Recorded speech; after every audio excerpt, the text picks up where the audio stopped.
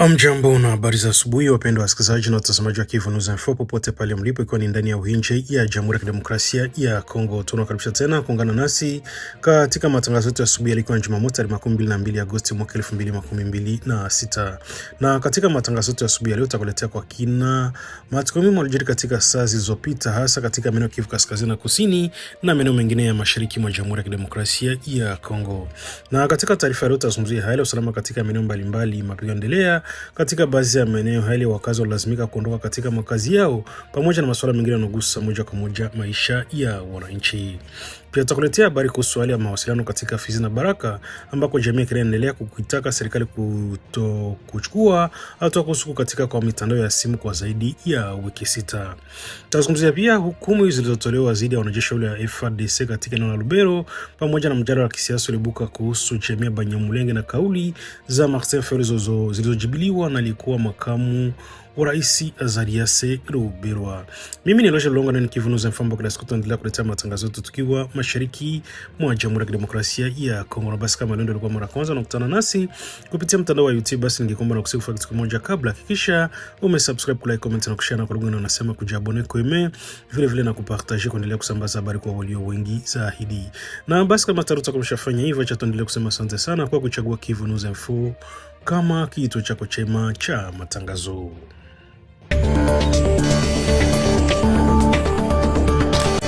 Hali ya usalama bado ni tete katika groupmenti ya Ufamadu ya kwanza katika eneo la Masisi mkoani Kivu Kaskazini, ambako mapigano yanaendelea kati ya waasi 23 na wapiganaji wa Wazalendo.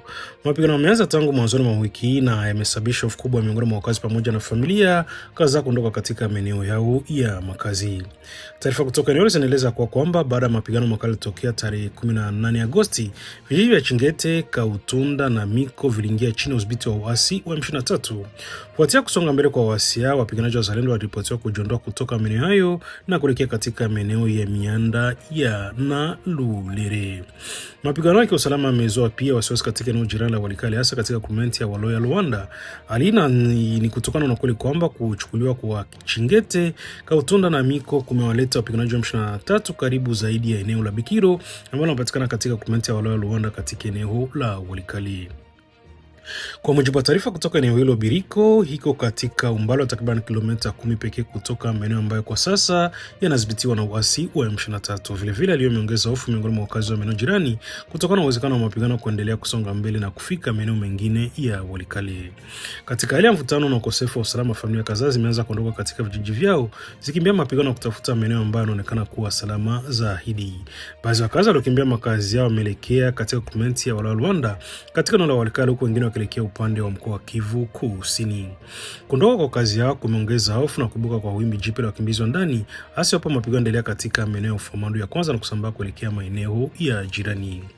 Kwa upande wa kibinadamu, hali hiyo inaweza kuongeza zaidi mahitaji ya watu ambao tayari wamepoteza makazi yao. Familia zilazimika zinahitaji chakula, maji safi, huduma za afya, malazi na ulinzi, huku baadhi wakiondoka bila kupata muda wa kuchukua mahitaji yao ya muhimu. Wakazi wanaendelea kuishi katika hali ya hofu, wakitazamia namna hali ya usalama itakavyokuwa katika siku zijazo. Wasiwasi mkubwa uliopo kwa sasa ni kwamba endapo mapigano yataendelea, maeneo mengine jirani wanaweza kuathirika na kusababisha ongezeko zaidi la idadi la watu wanaolazimika kuyakimbia makazi yao. Kwa sasa hali ya usalama katika Ufamadu ya kwanza na maeneo jirani bado inaendelea kufuatiliwa kwa karibu. Mapigano kati ya waasi 23 na Wazalendo yanaendelea kuleta hasara kwa maisha raia, huku wito ukiendelea kutolewa kuhakikisha usalama wa watu wanaoishi katika maeneo yaliyoathiriwa na migogoro. Ndio taarifa kuhusu hali ya usalama katika Ufamadu ya kwanza yale na Masisi mkoani Kivu Kaskazini, ambako mapigano yanaendelea kusababisha hofu, kuhama kwa wakazi na kuongezeka kwa mahitaji ya kibinadamu katika maeneo jirani.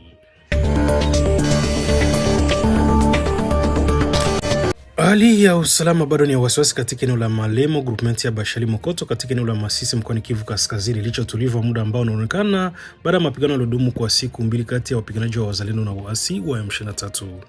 Kwa mujibu wa taarifa kutoka eneo hilo, hali ya utulivu wa muda ilianza kuonekana siku ya Jumatatu tarehe 21 Agosti baada ya mapigano kutokea tarehe 18 na tarehe 20 Agosti katika eneo la Malemo.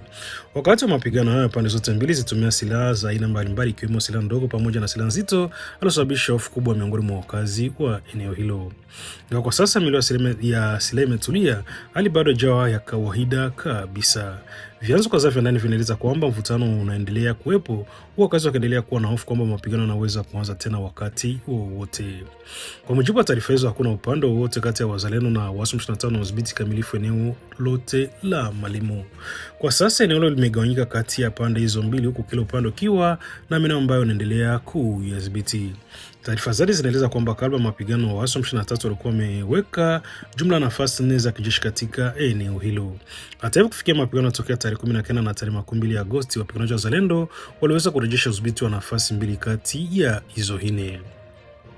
Hali hii imeacha Malimu katika mazingira ya mvutano kwa sababu pande zote mbili bado ziko katika eneo hilo na hakuna upande ambao umeweza kupata udhibiti kamili wa eneo hilo. Kwa kazi, hali imeongeza hofu kwamba mapigano yanaweza kurejea tena iwapo pande zote zitakabiliana kwa mara nyingine. Mapigano pia yamesababisha vifo na majeruhi katika pande zote mbili zinazohusika. Hata hivyo, hadi sasa bado hakuna takwimu kamili zinazoweza kudhibitisha idadi ya watu waliouawa au kujeruhiwa. Hali hii ni kutokana na hali ya usalama ambayo bado ni tete katika eneo hilo. Hali inafanya iwe vigumu kwa vyanzo huru kufika katika maeneo yaliyoathiriwa na kufanya udhibitisho moja kwa moja kuhusu idadi ya vifo na majeruhi. Bala majeraha kwa wapiganaji, mapigano pia yameathiri pia maisha ya raia. Wakazi kadhaa wa Malimu wameondoka katika nyumba zao kutokana na hofu ya kuendelea kwa mapigano. Baadhi ya familia zimeamua kukimbilia maeneo yanayoona kuwa salama zaidi, wakiacha nyuma makazi yao na mali zao. Baadhi ya watu walikimbia wanaendelea upande wa Kalembe, eneo lililoko upande wa mashariki mwa Malimu. Wengine kwa sababu ya hofu ya ukosefu wa usalama wa kuweza kufika katika maeneo mbali zaidi, na badala yake wamejificha katika vichaka wakisubiri hali ya usalama itegemee. Kwa sasa wakazi waliobaki eneo hilo waendelea kuishi kwa tahadhari kubwa, wakifuatilia kwa karibu mwenendo wa hali ya usalama. Utulivu unaonekana kwa sasa unatambuliwa kuwa muda na ujondoa kabisa hofu ya kurejea kwa mapigano. Familia ambazo zimekimbia makazi yao pia bado hazijui ni lini zitaweza kurejea katika nyumba zao. Wengi wanasubiri kuona hali ya usalama itakapoimarika kwa muda mrefu baada ya kufanya maamuzi ya kurejea. Hali hii imeongeza changamoto ya kibinadamu katika eneo la Masisi kwa sababu watu lazimika kuondoka katika makazi yao, wanahitaji msaada wa msingi ikiwa pamoja na chakula, maji na huduma za afya, malazi na usalama. Kwa jumla, hali ya Malimu bado ni tete, ingawa mapigano tarehe 19 na tarehe 12 Agosti yamesitishwa na utulivu wa muda umeonekana. Uwepo wa pande zote mbili katika eneo hilo kutawanyika kwa udhibiti wa Malimu kunaendelea kuongeza hofu miongoni mwa wakazi. Wananchi wanaendelea kutamani kurejea kwa amani ya kudumu katika eneo lao, huku familia zilizohama zikisubiri hali ya usalama iwe imara kabla ya kufikiria kurejea katika vijiji vyao. Kwa sasa macho yanaelekezwa katika hatua zinazofuata katika eneo la Bashali Mokoto, wakazi wakihofia uwezekano wa mapigano mapya kati ya wazalendo na waasi wa M23. Na hivyo ndivyo hali ya usalama kutoka Malimu katika komenti ya Bashali Mokoto, eneo la Masisi mkoani Kivu Kaskazini, ambako bado ni siku mbili za mapigano. Utulivu wa muda unaonekana, lakini hali bado haijawa salama kikamilifu.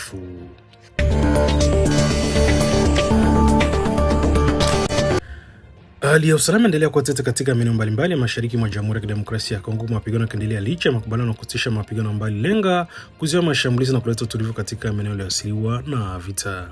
Kwa mujibu wa taarifa kutoka vyanzo kadhaa vya ndani, mapigano endelea kati ya muungano wa waasi M23 unaoungwa mkono Rwanda, kwa mujibu wa madai yanayotolewa katika taarifa hizi, dhidi ya jeshi la Jamhuri ya Kidemokrasia ya Kongo pamoja na wapiganaji wa wazalendo. Katika mkoa wa Kivu Kaskazini, taarifa zinaeleza kwamba waasi M23 wanaendelea na operesheni zao za kijeshi katika eneo la Kale, ambako wanaendelea kuchukua udhibiti wa sehemu kubwa za groupement ya Ziralo baada ya siku kadhaa ya mashambulizi. Mashambulizi yameripotiwa kufanyika kwa kutumia vikosi vya ardhini pamoja na ndege zisizo na rubani zinazotumika kwa mashambulizi maarufu kama drone kamikaze dhidi ya nafasi zinazoshikiliwa na jeshi la Jamhuri ya Kidemokrasia ya Kongo pamoja na wazalendo. Kwa mujibu wa vyanzo hivyo, baada ya mapigano hayo, eneo la Remeka pia limeripotiwa kuingia chini ya udhibiti wa waasi wa M23, huku harakati za kusonga mbele zikiripotiwa kuelekea upande wa Hombo. Taarifa nyingine tofauti pia zimeripoti kuangua kwa Remeka katika komenti ya Ufamadu, eneo la Masisi mkoani Kivu Kaskazini. Hata hivyo, taarifa hizi zinatoka katika vyanzo tofauti na zinahitaji kufuatiliwa pamoja na kuzidishwa zaidi kutokana na hali tete ya usalama katika maeneo hayo. Wakati wa maendeleo haya ya kijeshi yanaibua wasiwasi kuhusu mwelekeo wa mapigano katika eneo la Kivu Kusini, hasa kutokana na kusonga mbele kwa vikosi vya waasi kuelekea maeneo muhimu ya ndani ya mkoa huu. Baadhi ya wachambuzi wa masuala ya usalama wanaeleza kwamba moja ya malengo yanayodhaniwa kuwa nyuma mashambulizi ni kufika eneo la Bunyakiri. Kwa mujibu wa uchambuzi wa kufikia Bunyakiri kunaweza kuwasaidia waasi kuongeza mstari wa mapigano mbali na maeneo yaliyo karibu na mwambao wa Ziwa Kivu, huku akilenga kuvuruga njia zinazotumia kusafirisha mahitaji ya vifaa vya vikosi na viungwa mkono na serikali. Hatua inaweza pia kuasiri kwa vikosi vya jeshi la Jamhuri ya Kidemokrasia ya Kongo na wazalendo vilioko katika maeneo ya kuelekea Mwenga na kujaribu kuvitenga na kuvuruga mawasiliano yao ya kijeshi na njia zao za usambazaji. Hali hii inatokea wakati ambako juhudi mbalimbali za amani katika eneo la Maziwa Makuu zimekuwa zikilenga kusitisha mapigano na kuleta utulivu katika mashariki mwa Jamhuri ya Kidemokrasia ya Kongo. Makubaliano ya kusitisha mapigano yalifikiwa katika mfumo wa mpango hiyo ya amani yamelenga kusimamisha mashambulizi, kuzuia kusonga mbele kwa vikosi na kuweka mazingira ya utulivu kwa ajili ya mazungumzo ya kisiasa. Lakini hali inaripotiwa katika maeneo ya Kivu Kaskazini na Kusini inaonyesha kwamba mapigano bado yanaendelea katika maeneo kadhaa, huku taarifa za kuchukuliwa kwa maeneo mapya na kusonga mbele kwa vikosi zikiendelea kutolewa. Kwa wakazi wa maeneo yaliyoathiriwa, hali na hii inazidi kuongeza hofu na kuzuka kwa wimbi jipya la kuhama kwa watu, hasa hapo mapigano yanaendelea kusonga kutoka kwa eneo moja kwenda jingine. Familia nyingi katika maeneo tayari zimekuwa zikikabiliwa na changamoto ya kiusalama na kibinadamu kutokana na migogoro muda mrefu. Kuendelea kwa mashambulizi kunaweza kuongeza idadi ya watu wanaolazimika kuacha makazi yao, huku mahitaji ya chakula, maji, huduma na afya na malazi yakiongezeka. Kwa sasa leo usalama katika Ziralo, Remeka, Hombo na maeneo jirani endelea kufuatiliwa kwa karibu. Taarifa kuhusu udhibiti wa maeneo mbalimbali zinaweza pia kubadilika kutokana na mapigano yanaendelea, huku hivyo udhibitisho huru wa hali halisi ya uwanja wa mapambano unabaki kuwa muhimu. Kinachoonekana kwa sasa ni kwamba licha ya kuwepo kwa makubaliano ya kusitisha mapigano, operesheni za kijeshi bado zinaripotiwa katika maeneo mbalimbali ya mashariki mwa Jamhuri ya Kidemokrasia ya Kongo. Na hali hii inaendelea kuongeza wasiwasi kuhusu usalama wa raia, mustakabali wa maeneo yaliyo karibu na mstari wa mapigano na utekelezaji wa makubaliano ya amani yaliyowekwa ili kukomesha mapigano. Kwa sasa wananchi katika maeneo yaliyoathiriwa wanaendelea kusubiri kurejea kwa utulivu wa kudumu, huku juhudi za kisiasa na diplomasia zikiendelea kutajwa kama njia muhimu ya kutafuta suluhisho la mgogoro huu wa muda mrefu katika mashariki mwa Jamhuri ya Kidemokrasia ya Kongo.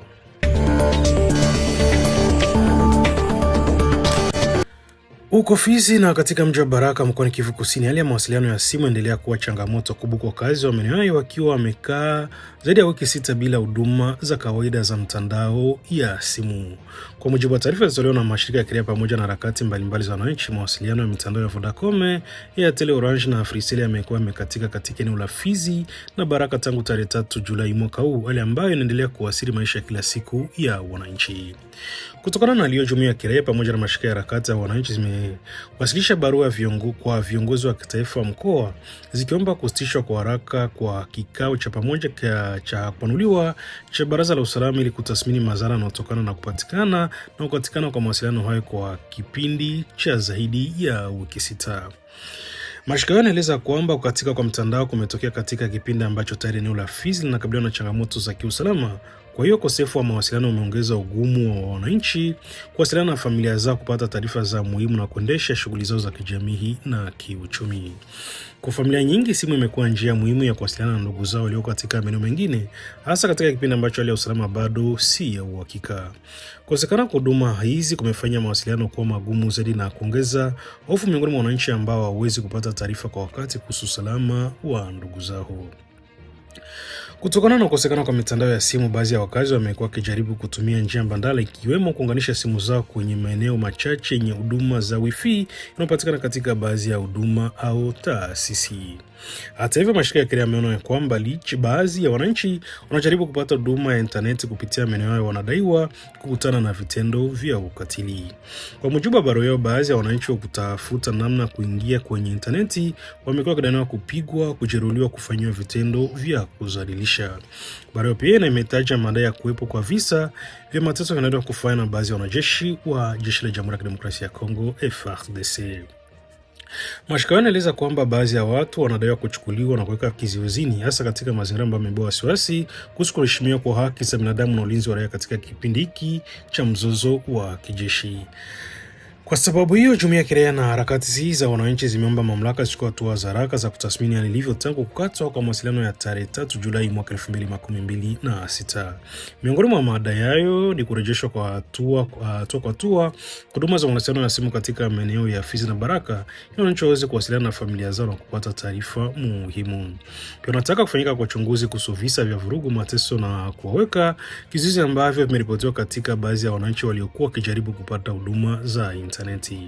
Marshikao pia anataka kutathmini ya madhara sababishwa na kuendelea kwa ukatika kwa mawasiliano pamoja na kubaini iwapo kuna uwajibikaji wa upande wowote kutokana na hali hiyo. Swali lingine lilibuliwa ni athari za kiuchumi zinazokabili wananchi kutokana na kuzuiwa na kutokufanya kazi kwa laini za simu. Marshikao anataka mamlaka zichukue pia gharama zinazolipwa na wananchi wakati wa kubadilisha laini zao za simu, huduma inajulikana kama vile Suape. Kwa wakazi wa Baraka na Fizi, kukatika kwa mawasiliano ni swala linalohusu simu pekee, si swala linalohusu simu pekee, bali pia lina athari kwenye biashara, huduma za kijamii, mawasiliano ya kifamilia na upatikanaji wa taarifa. Katika mazingira hayo ambayo shughuli nyingi za kiuchumi zinategemea mawasiliano ya simu na huduma za interneti, kuendelea kukosekana kwa mitandao kunaweza kuongeza changamoto wa wafanyabiashara kuendesha shughuli mbalimbali za wananchi wanaotegemea huduma za simu katika maisha yao ya kila siku. Hata hivyo, mashirika yaliyotia saini barua inaeleza kwamba hatua yao hailengi kupinga mahitaji ya kiusalama yanayohusiana na hali ya vita katika eneo hilo. Badala yake anasema anataka kuwepo kwa uwiano kati ya mahitaji ya usalama wa taifa na kulindwa kwa haki ya uhuru wa msingi wa wananchi. Kwa hiyo anazitaka mamlaka za taifa, za mkoa na za mtaa kuchukua hatua za kutoa majibu ya haraka kuhusu ombi lao na kuitishwa kwa mkutano wa dharura. Hadi sasa wakazi wa Fizi na Baraka wanaendelea kusubiri kurejeshwa kwa huduma za mawasiliano, huku jumuiya ya kiraia inaendelea kuzitaka mamlaka kutathmini madhara na katika kwa mtandao tangu tarehe 3 Julai na kufuata suluhisho litakalowezesha wananchi kuwasiliana na ndugu zao kwa usalama.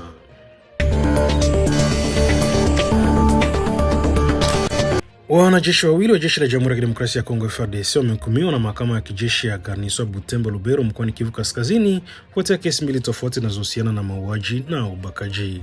Hukumu hizo zilitolewa siku ya Jumatatu iliyopita wakati wa kikao cha mahakama kilichofanyika katika eneo la Kipese ambalo linapatikana takriban kilomita 13 kutoka katikati ya eneo la Lubero.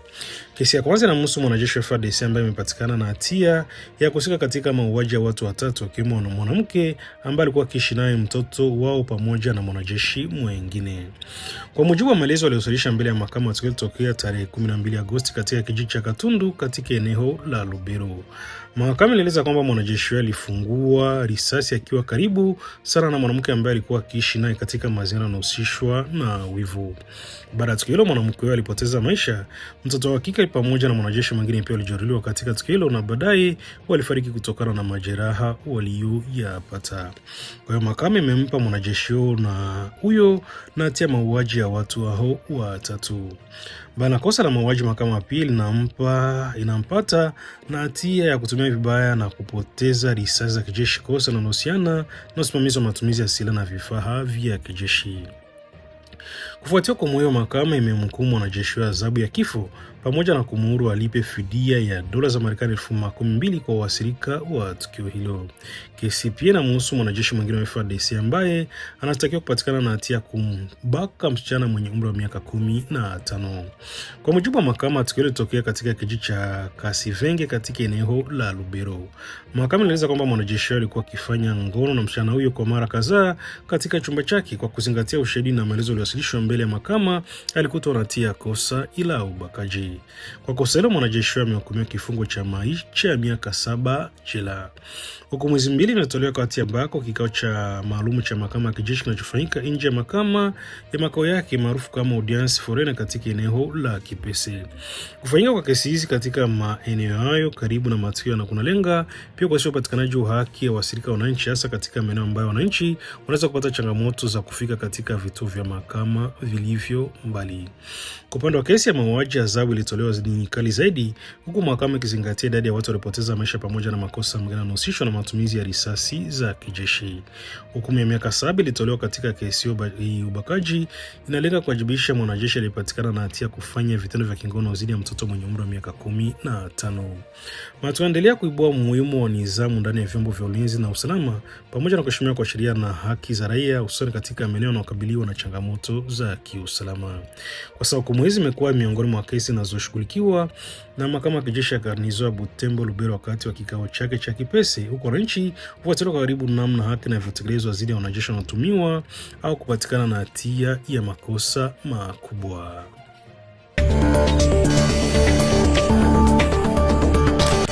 Mjadala kuhusu utambulisho wa uraia wa jamii ya Banyamulenge nchini Jamhuri ya Kidemokrasia ya Kongo unaendelea kuibua mvutano mkubwa katika siku za hivi karibuni baada ya kauli zilizotolewa na mwanasiasa wa upinzani Martin Fayulu kuhusu jamii hiyo. Katika kipindi cha changamoto cha mazungumzo ya moja kwa moja kwenye space iliyokuwa imeongozwa na Stanis Bujakira Chamala, siku ya Alhamisi alikuwa makamu wa rais wa Jamhuri ya Kidemokrasia ya Kongo Azarias Lubero alijibu kwa ukali kauli hizo za Martin Fayulu akitaja kuwa ni aibu na za kushtua. Azarias Lubero alikosoa kaasa kauli ambao Martin Fayulu alitoa alipokuwa akizungumza na diaspora wa Kongo nchini Ubelgiji, ambako Fayulu alieleza kwamba jamii ya Banyamulenge ikuwa kabila la Kongo. Kauli hiyo imezua mjadala mkubwa katika jamii na katika duru za kisiasa nchini Kongo, huku baadhi ya viongozi, mashirika ya kiraia na watu mbalimbali wakiendelea kutoa maoni yao kuhusu suala la utambulisho wa Banyamulenge na nafasi yao kama raia wa Jamhuri ya Kidemokrasia ya Kongo. Akizungumza katika spesi hiyo, Azarias Lubero alilaani kwa nguvu kali kauli hizo akisema kwamba zinakaribia ubaguzi wa rangi. Alisema pia kwamba kauli kama hizo zinaonyesha kwa maoni yake kutokuelewa vizuri katiba ya Jamhuri ya Kidemokrasia ya Kongo, sheria inayohusu uraia pamoja na historia ya umeoja wa jamii mbalimbali katika eneo la Afrika ya Kati. Azarias Lubero ambaye pia aliwahi kuwa mmoja wa viongozi wa RCD alisema swala la Banyamulenge napaswa kuangaliwa kwa msingi ya sheria ya kihistoria badala ya kutegemea mjadala ya kisiasa au hisia ya kijamii hii. Kwa upande wa sheria, Lubero alirejea kuasa kifungo cha 10 cha katiba ya Jamhuri ya Kidemokrasia ya Kongo pamoja na kifungo cha 6 cha sheria kuhusu uraia. Kwa mujibu wa tafsiri aliyotoa, vifungo hivyo vinatambua uraia wa asili ya watu undacho kwa Banyamulenge. Alisisitiza kwamba swala hilo haliwezi kuamuliwa kwa kauli za kisiasa pekee. Lubero pia alirejea sheria ya msingi ya mwaka 1960 ambayo kwa mujibu wa maelezo yake ilihusisha uraia wa asili jamii zote zimewakilisha katika eneo la Kongo wakati wa tarehe ya uhuru wa nchi tarehe 13 Juni mwaka 2026.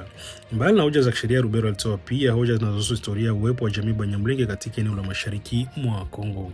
Alisema kwamba kwa mujibu wa vyanzo na tafiti alizozitaja, uwepo wa Banyamulenge katika eneo la Kongo unaweza kufuatiliwa hadi kabla ya mwaka 1885. Pia alitaja maandiko yanayozungumzia historia eneo la Uvira na uwepo wa jamii hiyo kabla ya kipindi hicho. Katika hoja yake, Lubero pia aliunganisha historia hiyo ya uwepo wa jamii nyingine katika eneo la Kongo, akitaja jamii ya Bambala ambao ni jamii ambayo Martin Fayulu anaotoka. Kwa mujibu yake, baadhi ya kumbukumbu anazorejea zinaonyesha kwamba Bambala walifika katika maeneo fulani baada ya mwaka 1891. Lubero alitumia hoja kupinga simulizi kwamba Banyamulenge wote walifika nchini Kongo kama wakimbizi kutoka Rwanda hadi vipindi vya baadaye. C'est une leçon d'histoire que vous me demandez. Et l'histoire s'enseigne dans les écoles. Nous l'avons tous appris. L'histoire des migrations, parcourez le livre d'Ndayuel et d'autres, vous trouverez de passages sur ce chapitre. Et donc, les Banyamulenge, comme tous les autres Congolais installés au Congo depuis des siècles, sont particulièrement dans le sud Kivu. Vous les avez dans les territoires de Mwenga, dans les territoires de Fizi et dans les territoires d'Uvira.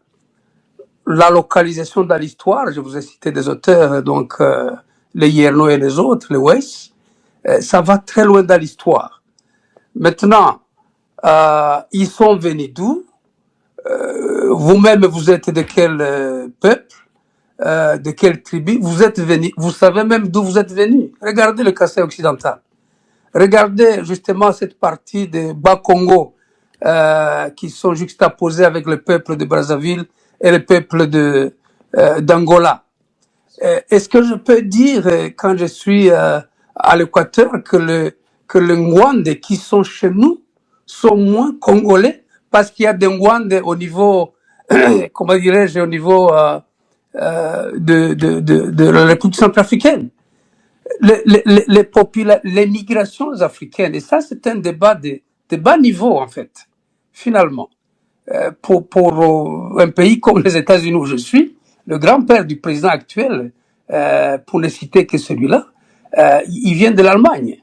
Le grand-père de Trump vient de l'Allemagne.